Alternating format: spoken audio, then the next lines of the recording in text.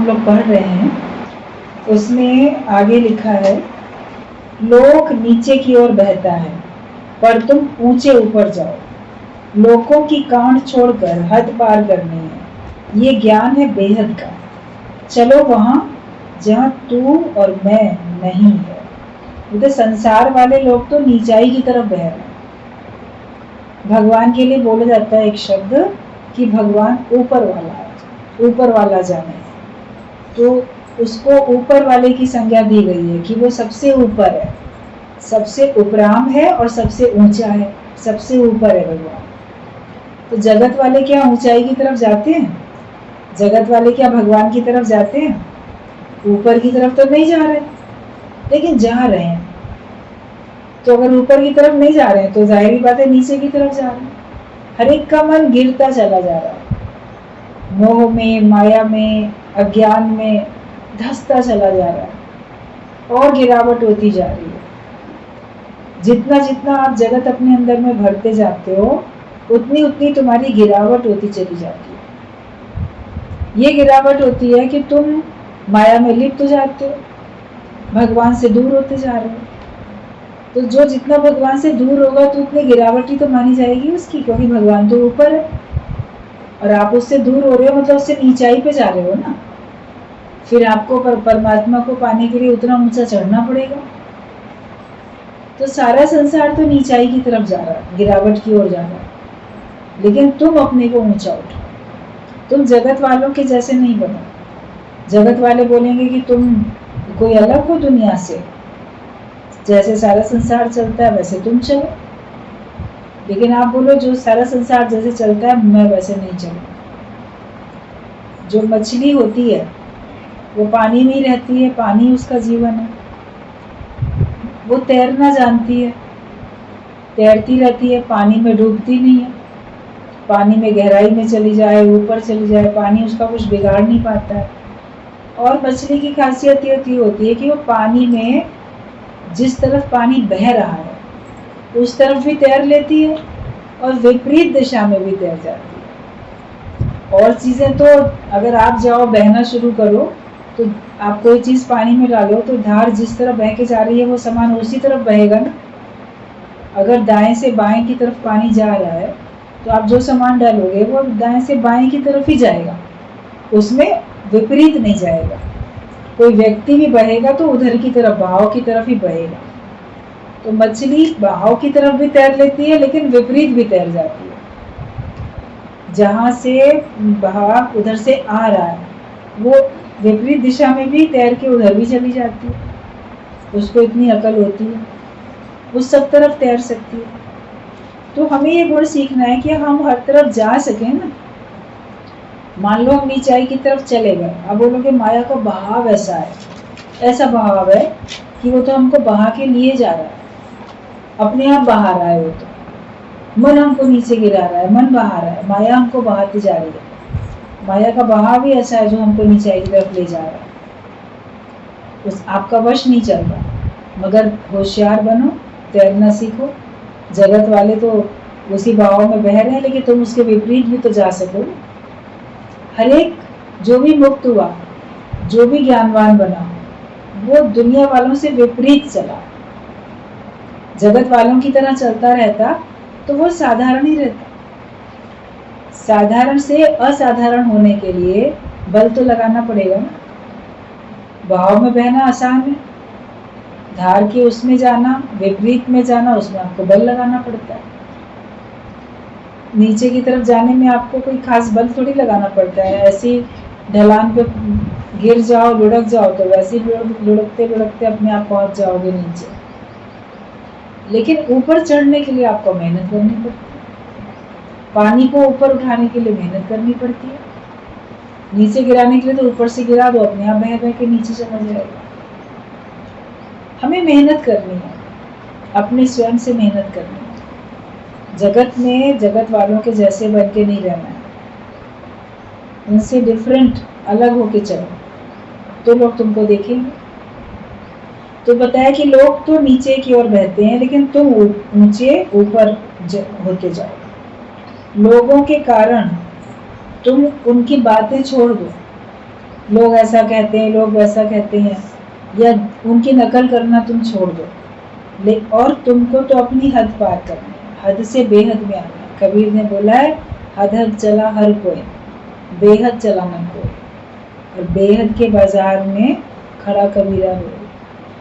मतलब कि साकार अपने को मानते हो, आकार अपने को मानते हो, वो एक हद है। इस हद से ऊंचे उठो, अपने को निराकार मानो। कोई मानता ही नहीं है, गुरु कितनी बार कहता है तो भी कोई नहीं मानता है।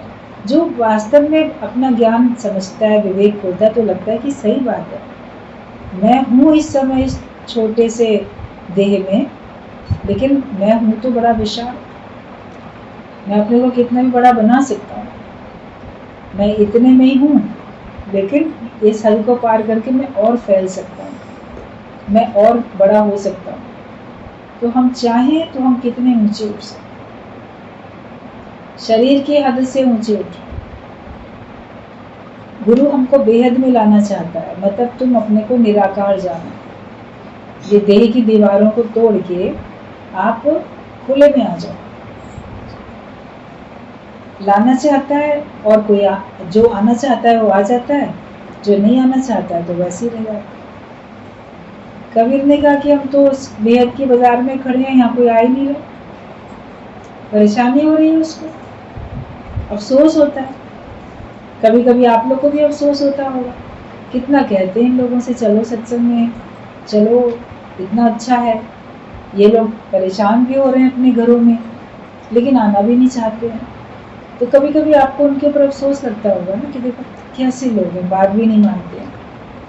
तो हर एक की अपनी अपनी समझ है, और जिसका जब समय आएगा तब वो ज्ञानवान बनेगा। हम अपनी ओर से मेहनत करें ये अलग बात है, लेकिन जब तक कोई दूसरा अपने पे कृपा नहीं करेगा तब तक वो ज्ञान में आगे बढ़ नहीं सकता है। तो हमें तो बेहद में आना है, और ये ज्ञान तो बेहद का है, मतलब जहाँ पे कोई दीवारें नहीं है, कोई हद नहीं है। चलो वहाँ जहाँ तू मैं नहीं है, मतलब तुम उस प्रदेश में पहुँच जाओ, उस अवस्था में पहुँच जाओ जहाँ पे मैं और तू नहीं है। हमारे अपने अंदर देखो मैं और तू चलती रहती है, मैं ऐसा, तू ऐसा, तू ऐसा, ये मैं और तू तुम्हारे अंदर रहती ही रहती है। लेकिन जब हम न तुम तो दफ्तरी तुम, जब हमारे अंदर से मैं और तू निकल जाती है, तब तुम्हारे अंदर के जगत की प्रलय हो जाती है। और ये हमेशा याद रखना, जगत जब तक है तब तक झंझट है, जगत जब तक है तब तक दुख परेशानी है, और दिल में अगर भगवान है तो आनंद ही आनंद है। दिल में भगवान को बसाओ। कैसे पता चलेगा कि मेरे दिल में भगवान बस गए हैं? क्योंकि भगवान ऐसे दिखाई नहीं देते। लेकिन आपको जब अपने मन में हमेशा उत्साह, उमंग महसूस हो, आनंद का अनुभव हो, मन में शांति शांति हो, मन में प्रसन्नता ही प्रसन्नता हो, तो समझो कि मेरे अंदर भगवान बस गए। और अगर आपके मन में अशांति है, मन में दुख है, चिंताएं हैं, डर है, तो समझो मेरे मन में जगत बसा हुआ। जो भी हमारे अंदर में दिक्कतें परेशानियां हैं वो जगत के कारण ही तो हैं। हमने अपने मन में संसार को बसा रखा है। अंदर के जगत की प्रलय करनी है, अंदर से जगत को हटाते जाओ। जो जो नाम रूप समस्याएं हैं तो सब संसार की, बोलो इनसे मेरा कोई वास्ता नहीं, इनको सबको मुझे अलग करना है, इनको सबको मुझे हटा देना है, मुझे काम ईश्वर से, बाकी मुझे सबको हटा देना है। और उसके लिए जगत रूठे तो रूठन दो। जब आप सबसे नाता तोड़ोगे, केवल भगवान से नाता जोड़ लोगे, तो जगत वाले तो रूठेंगे। तो ज्ञानी परवाह भी नहीं करता, वो ऐसे नाता नहीं तोड़ता कि किसी को देख के मुंह बना के चले, गर्दन घुमा ले, अंदर से निरासक्त हो जाता है। बाकी तो उसका प्रेम सबके साथ है, लेकिन वो किसी के कहने में आता नहीं है, वो अपनी आज़ादी को मिटाता नहीं है। उसने जो एक बार अपना मुक्ति का निश्चय कर लिया, वापस वो बंधन में फिर आता नहीं है। और जगत वाले तो बांधने में लगे रहते, बंधन डालते रहते, और बंधने में और बांधने में बड़े खुश होते। दूसरे को इशारे पे चलाएंगे और खुद किसी के इशारे में चलेंगे, उसी में खुश हैं संसार वाले। ज्ञानी सबसे अलग होकर चलता है, नहीं वो किसी के बंधन में आता, नहीं जन्म पाता, नहीं कष्ट उठाता। ना वो जन्म पाता है और ना वो कष्ट उठाता है, क्योंकि वो किसी के बंधन में आता ही नहीं। न मन के बंधन में आए, न माया के बंधन में आए, न संसार के बंधन में आए। उसका मन कहीं बंधता ही नहीं है, उसका मन तो भगवान में ही से ही बंधा हुआ है। उसकी प्रीत की डोर भगवान से बंधी हुई है, तो वो किसी और से कैसे बंधेगा। बाकी सारे बंधन खुल गए जब हमने अपने आप को भगवान के बंधन में बांध लिया, हम भगवान के बन गए, तो फिर हमारे सारे बंधन अपने आप खुल जाते हैं, फिर कोई हमको अपने में बांध नहीं सकता है।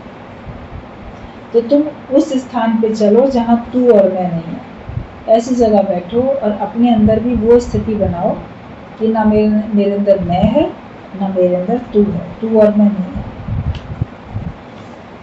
एक बार गीता भगवान से किसी ने कहा ओम का अर्थ बताइए, तो ओम के 1000 अर्थ हैं, कोई एक अर्थ नहीं है। ओम के बहुत सारे अर्थ होते हैं। ओम का ये मीनिंग भी है, वो मीनिंग भी है, शॉर्ट में भी है और डिटेल में, विस्तार में भी है।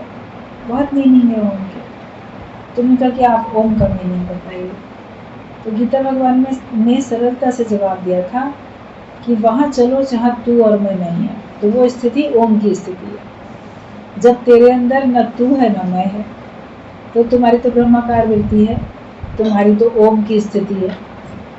लेकिन जब तू और मैं आ जाती है तो तुम ओम की स्थिति से हट जाते हो, क्योंकि वो जगत के कारण से है। तो अपने अंदर की जगत की प्रलय करके चलो। लोक पचार छोड़कर, प्रपंच छोड़कर, स्वामी साहिब कहते हैं कि ये गहरी नींद में सोते हैं। लोगों के आवाज तो हवा में उड़ गए, हमें लगते कहाँ है, मैं हूं ही नहीं, तो फिर लगता किसको है। अगर तुम सारे संसार की प्रपंच, प्रचार, चर्चा छोड़ दो और तुम जैसे गहरी नींद में सो जाओ। ऐसी गहरी नींदर आई, जगत महल ना रहा दिखाई। हमको संसार की ओर से ऐसी गहरी नींद आ जाए कि हमको संसार दिखाई ना दे। गहरी नींद में कोई कुछ बोलता तुम्हें सुनाई देता है क्या? बहुत गहरी नींद में सो रहे थे, उस कमरे में लोग क्या बातें कर रहे हैं आपको सुनाई नहीं देती, आप तो गहरी नींद में।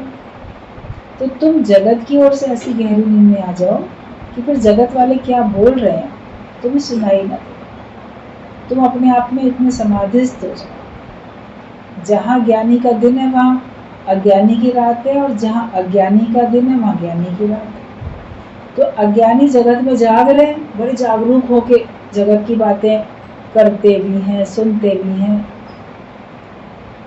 बहुत जागरूक है। तो ज्ञानी वैसे वहां से सोया पड़ा है, मतलब उसको कोई मतलब नहीं है, बेवास्ते होके रहता है। इसलिए कौन क्या कह रहा है उसको फर्क ही नहीं पड़ता, वो सुन ही नहीं रहा है कौन क्या कह रहा है। और कहता भी है कोई तो जैसे बहरे कानों से सुन लेता है, नींद में सुना।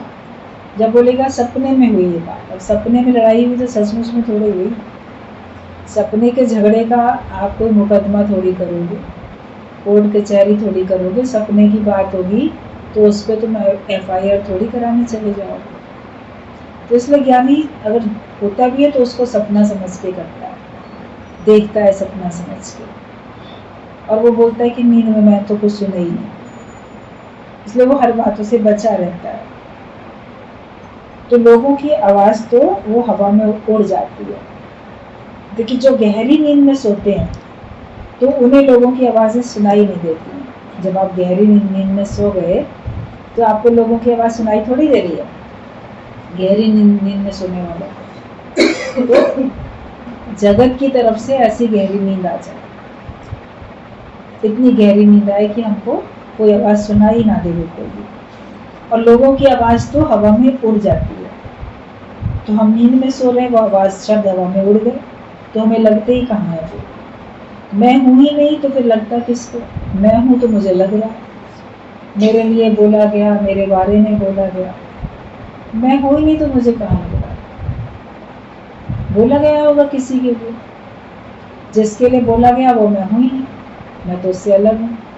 तो फिर आपको किसी के शब्द भी ना तो अंदर जाएंगे और ना वो आपका कुछ बिगाड़ पाएंगे। दूसरा तो उद्यम कोई नहीं है, सबसे बढ़कर यही पुरुषार्थ है। अपने को गुम करना ही सबसे बड़ा पुरुषार्थ है। जब हम कहते हैं कि मौन रखो, तो फिर खाना कैसे खाता है? ये अहंकार है। यदि आज ही टांगें टूट जाएं, तो फिर कोई खिलाएगा या नहीं? बीमारों को कौन बैठकर खिलाता है, जबकि वे कुछ भी काम नहीं करते हैं? मैं करता हूँ, यही तुम्हारा अहंकार है। कर्म करावन आपे आप, मानुष के कुछ नहीं। तो जब हम तुमसे कहते हैं तो मौन रखो, शांति रखो, अपने को बोलो कि मैं कुछ नहीं करता, तो बोलोगे हम कुछ करेंगे नहीं तो खाएंगे कहाँ से?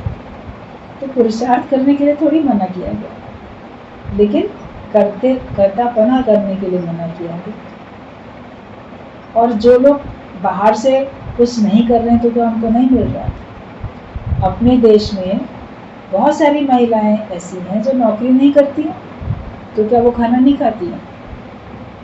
वो कुछ और घर के काम करती हैं, दुकानदारी नहीं करती, नौकरी में नहीं जाती, तो क्या उनको खाना नहीं मिलता है? उनको मिलता ही है। किसी को किसी के द्वारा, किसी को किसी के द्वारा, किसी को माता पिता के द्वारा मिल जाता है, किसी को भाई बहन के द्वारा मिल जाता है, किसी को पति के द्वारा, पत्नी के द्वारा, बेटे के द्वारा, बेटी के द्वारा, किसी के भी द्वारा मिल जाता है। कोई अपने ही द्वारा कमा लेता है, तो उसका अपना शरीर भी तो अलग है ना उससे, उसके द्वारा मिलता है। जिसकी जैसी प्रारब्ध होती है उसको वैसे ही मिलता है। तो आप बोलोगे हम काम नहीं करेंगे, मौन होकर चुपचाप बैठ जाएं, तो हम खाएंगे कहाँ से? तो ये तुम्हारा अहंकार है। वो तो बीमार को कौन खिला रहा है? और आज तुम दौड़ भाग करने लायक हो, बीमार होके मेडिकल लीव लेके बैठना पड़े घर में, लीव विदाउट पे हो जाए मान लो। या जो दुकानदारी करता है वो तो रोज का सामान बेचता है, रोज का पैसा आता है। अगर उसको फ्रैक्चर हो जाए और वो घर में पड़ा है, तो क्या वो और उसका पूरा परिवार भूखा मर जाएगा? कुछ ना कुछ तो बंदोबस्त होगा। गुरुजी का कहना होता था, अपने घर का आखिरी बर्तन भी बेचना पड़े तो बेच डालो। तुम्हारे घर में बहुत कुछ है, उसको बेच के जो पैसा मिलता है उससे खाना करो। जब पैसा आए तो बर्तन फिर खरीद लेना, सामान फिर खरीद लेना।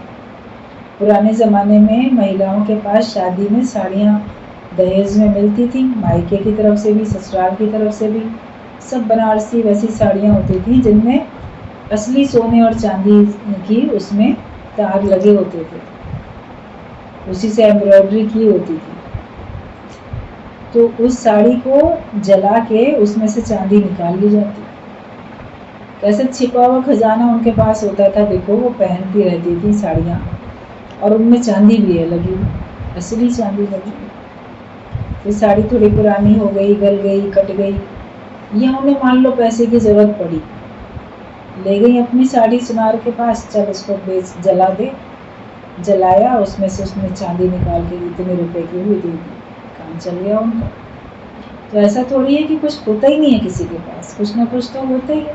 कोई ना कोई तो भगवान व्यवस्था करते ही करते। जो विश्वास करके चलता है वो ये चमत्कार देखता रहता है। तो बीमारों को कौन बैठ के खिलाता है, जबकि वे कुछ भी काम नहीं करते हैं? शरीर से तो काम नहीं कर रहे ना उस समय, लेकिन जो भी कोई ना कोई तो उनको खिलाते हैं। मैं करता हूँ, यही तुम्हारा अहंकार है। कर्म करावन आपे आप, मानुष के कुछ नहीं है। मनुष्य के हाथ में कुछ नहीं है, भगवान ही तुम्हारे द्वारा कराता है। इसलिए अहंकार नहीं करो कि मैं करता हूँ। शुक्र मनाओ, भगवान मेरे द्वारा कार्य ले रहा है, उसने मुझे कार्य के लिए चुना, निमित्त उसने बनाया। और अगर तुम कार्य नहीं करोगे, तुमको ऐसे ही मिलेगा, तो भी तुम्हारा मन दुखी होएगा। किसी की दया पे पलना पड़ रहा है, करोगे तो मुझे करना पड़ रहा है, नहीं करोगे तो किसी की दया पे पलना पड़ रहा है। तो दोनों ही बातों में तो रोते हो, फिर दोनों बातों में क्यों दुखी होते हो, क्यों परेशान होते हो? और जब तुम ये पक्का कर लो कि कर्म करावा नापे आप, मानुष के कुछ नहीं है, तुम क्या कर सकती हो, सब अपने आप से होता है। आंखें झपकती हैं, कान सुनते हैं, पैर पैदल चलते हैं, हाथ काम करते हैं। तुम अहंकार करते हो कि मैंने किया। इंद्रियां आपसे आप ही चलती हैं। तुम उनके साक्षी हो, देखने वाले हो, ना कि तुम करने वाले। इंद्रियां तो अपने आप कार्य कर रही हैं। भगवान ने उनमें शक्ति भर रखी है। तुम तो कान को ऑर्डर नहीं देते, अरे कान सुनो, वो अपने आप सुन रहा है। और जब उसकी शक्ति क्षीण होती है तब आपको ट्रीटमेंट कराने पड़ते हैं। आंखें अपने आप देख रही हैं, ऑर्डर नहीं देना पड़ता, देखो, उसके सामने दृश्य आता है, वो देखती है। लेकिन जब उनकी शक्ति क्षीण होती है तो आपको ट्रीटमेंट करना पड़ता है, आप देख पाए, कोई ना कोई तरीका अपनाना पड़ता है। तो शरीर में, हाथ पैरों में शक्ति तो अंदर से भगवान ने खुद ही दे रखी है। जब वो कम हो जाती है शक्ति, तो उसके लिए आपको इलाज करने पड़ते हैं। फिर भगवान का हुक्म होता है तो आप कर पाते हो, जितना नहीं हुक्म होता तो आप नहीं कर पाते। तो ये सब ऑटोमेटिक हो रहा है। भगवान ने बच्चे को जब बनाया तो देखो, उसने सब कुछ उसके अंदर में भर दिया, अपने अपने जगह पर फिट। उसको सब कुछ क्षमताएं, सारी शक्ति, फिर उसकी बुद्धि अपने आप कैसे बढ़ती जाती है। छोटा बच्चा होता है, उसको कुछ पता नहीं होता, धीरे धीरे उसको कितनी समझ आती चली जाती है, और बड़े होने तक व्यक्ति कितना अनुभवी बन जाता है। ये ज्ञान अनुभव का है। एक कोई ज्ञानी बनेगा, एक कोई अनुभवी बनेगा। तो ज्ञानी से अनुभवी अधिक सफल होता है, क्योंकि उसने प्रैक्टिकली अनुभव किए हुए। एक ने केवल किताबों में पढ़ लिया, उसके पास ज्ञान हो गया कि उसने किताबों में पढ़ लिया, लेकिन एक ने उन्हीं चीज़ों को अपने जीवन में उतारा तो उसको अनुभव भी मिले। भी आप कोई भी काम करने का बुक में से पढ़ के आप तरीका खोज लो, लेकिन जब उसको प्रैक्टिकली करोगे तब आपको एक्सपीरियंस होगा ना। पढ़ के तो समझ में आ गया ऐसे ऐसे करना है, लेकिन उस तरह से करने में आपको फिर अनुभव होगा कि हाँ, वो मैं ठीक कर पाया कि गलत कर पाया, यहाँ ये कमी हो गई, वहाँ वो कमी हो गई। तो ज्ञान सुन लिया, उसके बाद जब जीवन में उतारा फिर समझ में आया यहाँ ये कमी हुई, यहाँ ज्ञान के हिसाब से नहीं चले, यहाँ और चलना चाहिए था, यहाँ मौन रहना चाहिए था, यहाँ ऑब्जर्व करना चाहिए था। खुद नहीं आता है तो शांतिपूर्वक बैठ के दूसरे को करते हुए देखो, जैसे वो करे वैसे खुद भी कर लो। अगर हम सीखना चाहें तो हम सीख सकते हैं, लेकिन जो सीखना ही नहीं चाहे तो उसको कौन सिखा सकता है। आओ ज्ञान में तो बोलो मैं सीखने के लिए आया, जो कुछ भगवान मुझे सिखाना चाहते हैं वो मैं सब सीखता जाऊँ।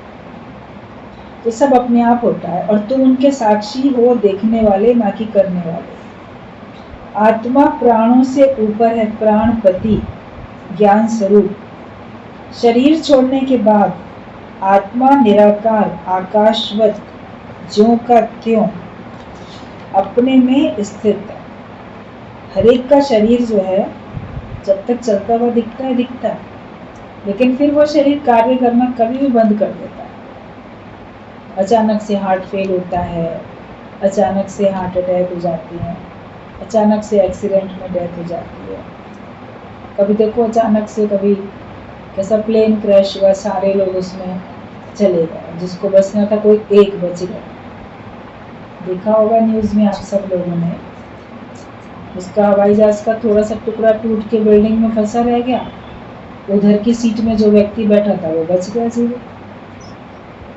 तो ये सब भगवान का हुक्म था ना।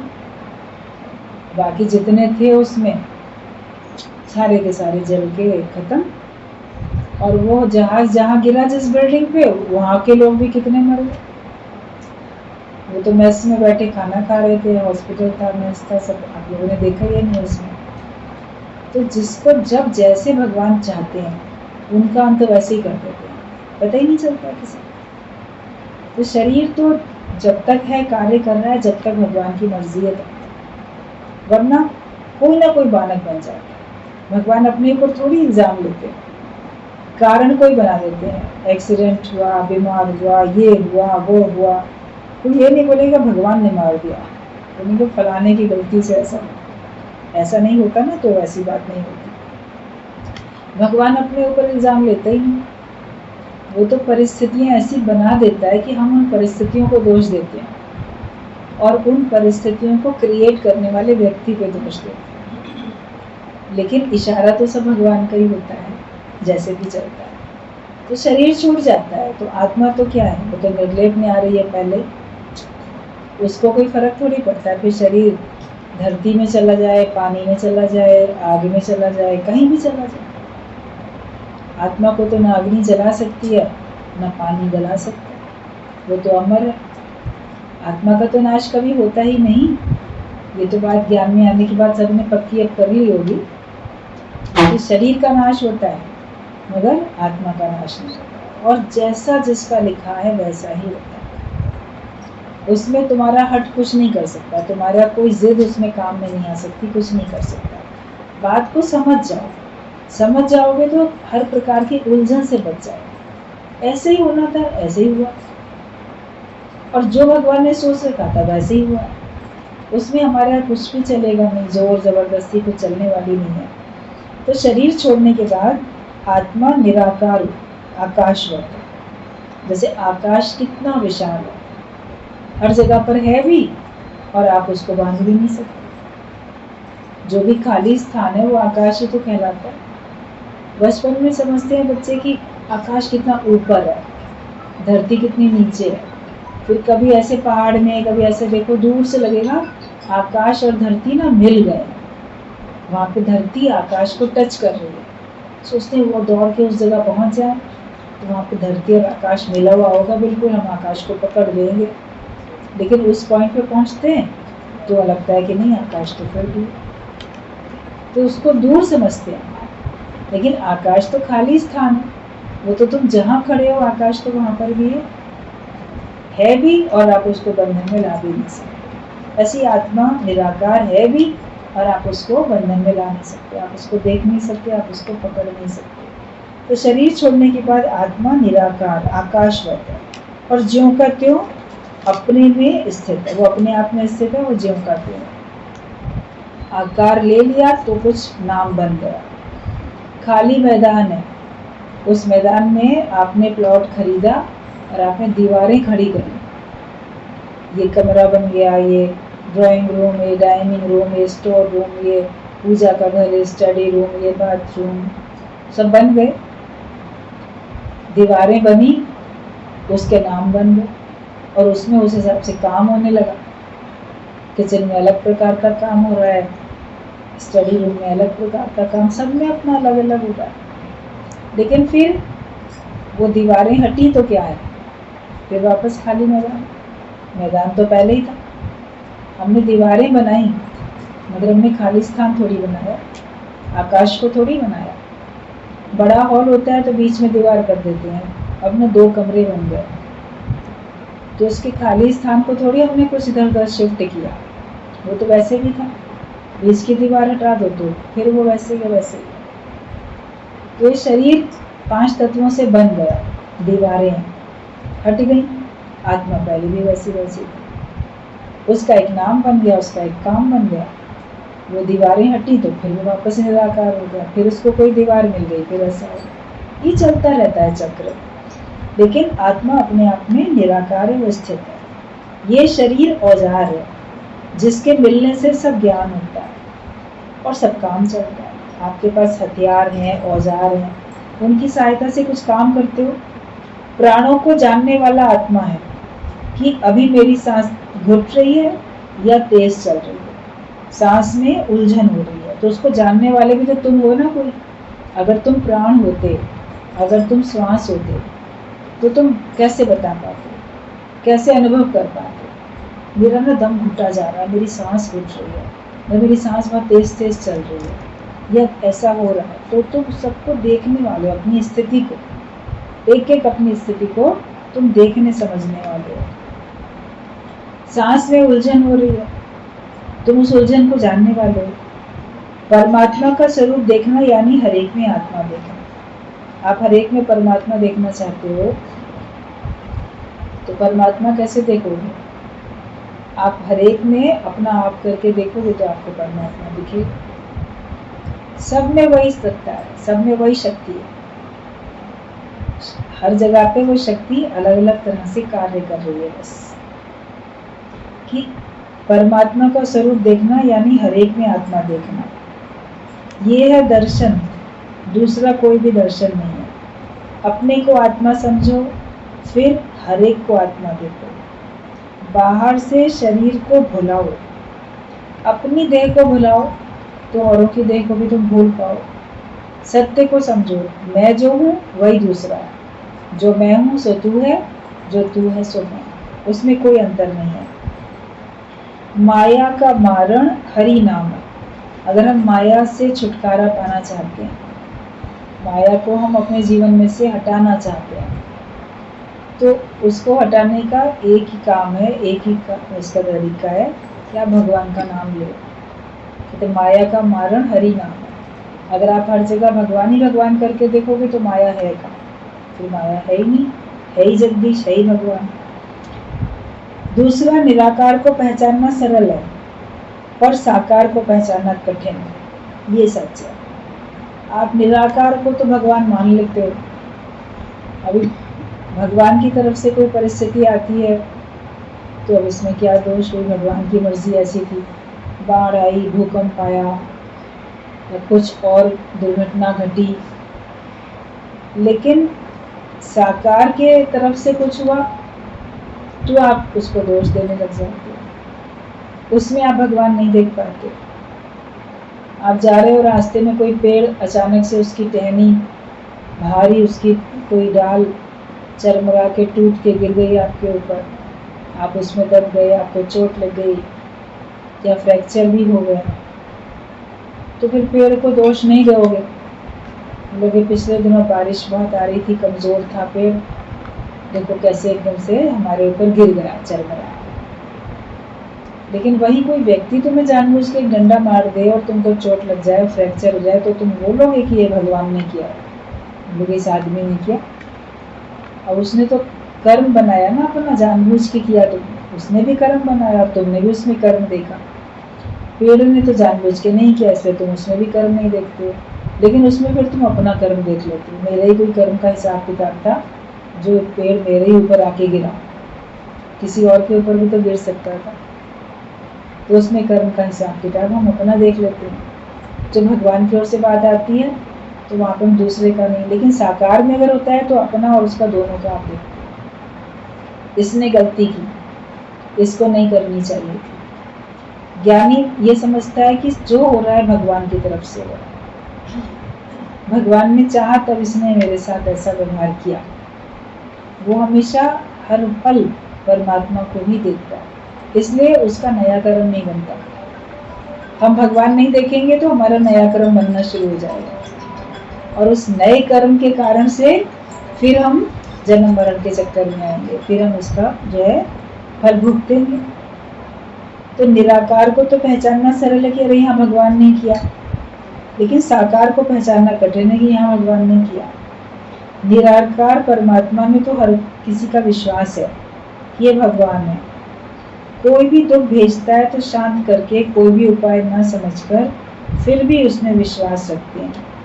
पर साकार, एक साधारण मनुष्य को परमात्मा समझना बड़ा कठिन है।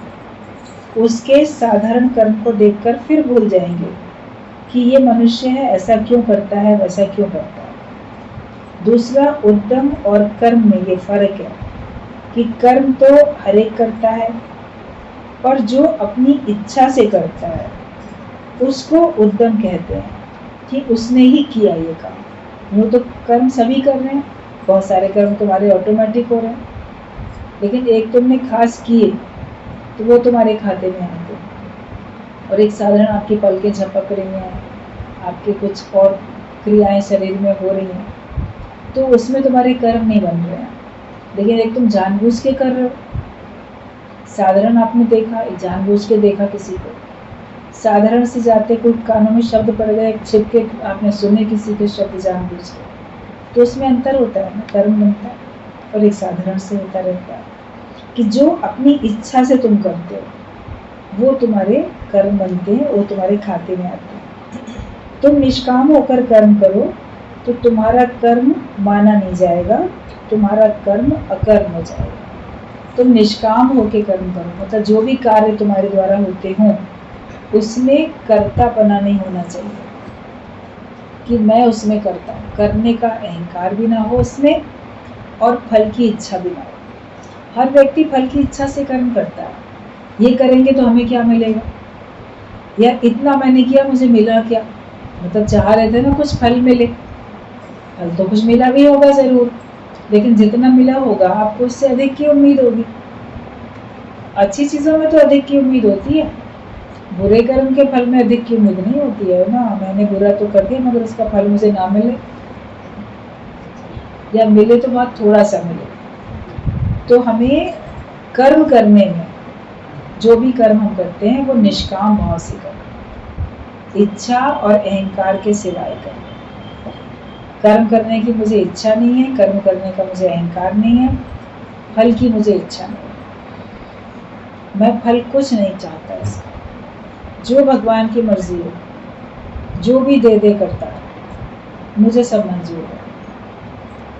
तेरे फूलों से भी प्यार, तेरे कांटों से भी प्यार, और जो भी देना चाहे दे दे करता है। भगवान तेरी मर्जी है, क्योंकि उसकी अपनी कोई इच्छा नहीं होती है। कार्य के बिना कोई रह भी नहीं सकता, लेकिन कार्य करे तो निष्काम भाव से करे। गीता भगवान एक और बात बोलते थे कि इच्छा और अहंकार के सिवाय जो कर्म होते हैं वो निष्काम कर्म होते हैं, लेकिन साथ साथ मैं और मेरे से सिवाय, उनसे हटके जो कर्म होते हैं वो निष्काम कर्म होते हैं। आप अपने घर वालों के लिए भी करते रहते हो, मैं हूँ ये मेरे हैं, नहीं इनके लिए ना हम बिना इच्छा के करते हैं, हम इनसे कुछ उम्मीद नहीं है, लेकिन कर तो मैं मेरे के लिए रहे हो ना, दूसरों के लिए तो नहीं कर रहे, तो वो पूरा निष्काम नहीं है। आपने उम्मीद उनमें नहीं रखी है क्योंकि आप अपने को सुखी रखना चाहते हो। उम्मीद रखोगे वो पूरी नहीं होगी तो आप दुखी हो जाओगे, इसलिए अपना कर्तव्य समझ के कर लेते हो, लेकिन वो निष्काम कर्म नहीं होता। निष्काम कर्म ये कि जो जिससे मेरा कोई मैं मेरे का संबंध भी नहीं है और फिर भी मैं उसके लिए कर रहा हूँ, उसके भले के लिए करता हूँ, और कर्तापना मुझे नहीं है, बदले में मुझे एक थैंक्स भी बोले इतनी भी मुझे उम्मीद नहीं है, तो फिर वो सच्चा निष्काम कर्म होता है। गुरु हमको सच्चा निष्काम कर्म करना सिखाते हैं, वही हमको करना है। वो कर्म हमारे खाते में नहीं आएगा, हम सारा जीवन कार्य भी करेंगे, उसका कोई फल हमारे खाते में नहीं आएगा, तो फिर हमारा जन्म मरण का चक्कर है। निष्काम ही हमको जन्म मरण के चक्कर से छुड़ाता है। गीता राज पूरा हो गया हम लोगों का। गीता भगवान